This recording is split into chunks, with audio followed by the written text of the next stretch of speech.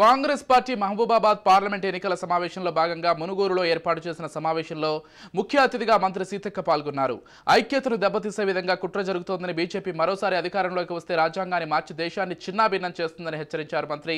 తెలంగాణ మాజీ ముఖ్యమంత్రి కేసీఆర్ రాజ్యాంగం మార్చాలని విర్రవేగి మూలన పడ్డారని, ఇప్పుడు మోదీ రాజ్యాంగాన్ని మార్చాలని ఉవ్వుల్లూరుతున్నారని సీతక్క విమర్శించారు.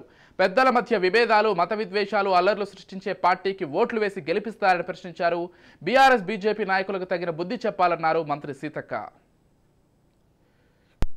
జరుగుతున్నటువంటి ఎన్నికలు తరతరాలుగా అణచబడ్డటువంటి వర్గాలకు ఆత్మ గౌరవాన్ని ఇచ్చేటువంటి రాజ్యాంగం ఉండాలా మార్చాలా అనేటువంటి చర్చ జరుగుతున్న తరుణంలో జరుగుతున్నటువంటి ఎన్నికలు భారతదేశ ఆత్మ గౌరవ పతాకగా నిలిచినటువంటి భారత రాజ్యాంగాన్ని మార్చాలన్నటువంటి కుట్రలను ఛేదించే విధంగా మరి కాంగ్రెస్ పార్టీ పోరాడుతుంటే మోడీ గారు కాంగ్రెస్ పార్టీ దేశానికి 70 సాల్ మే క్యా కియా అని మాట్లాడుతున్నాడు.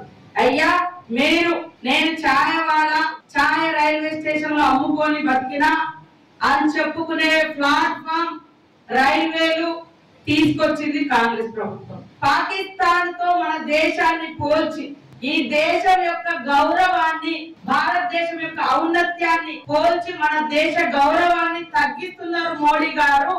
ఒక్క అవకాశం రాహుల్ గాంధీ గారికి మనం ఇవ్వాలంటే ఇక్కడ మరి బలరాం నాయక్ గారిని చేతి గుర్తు మీద ఓటేసి గెలిపించాల్సిన అవసరం ఉంది.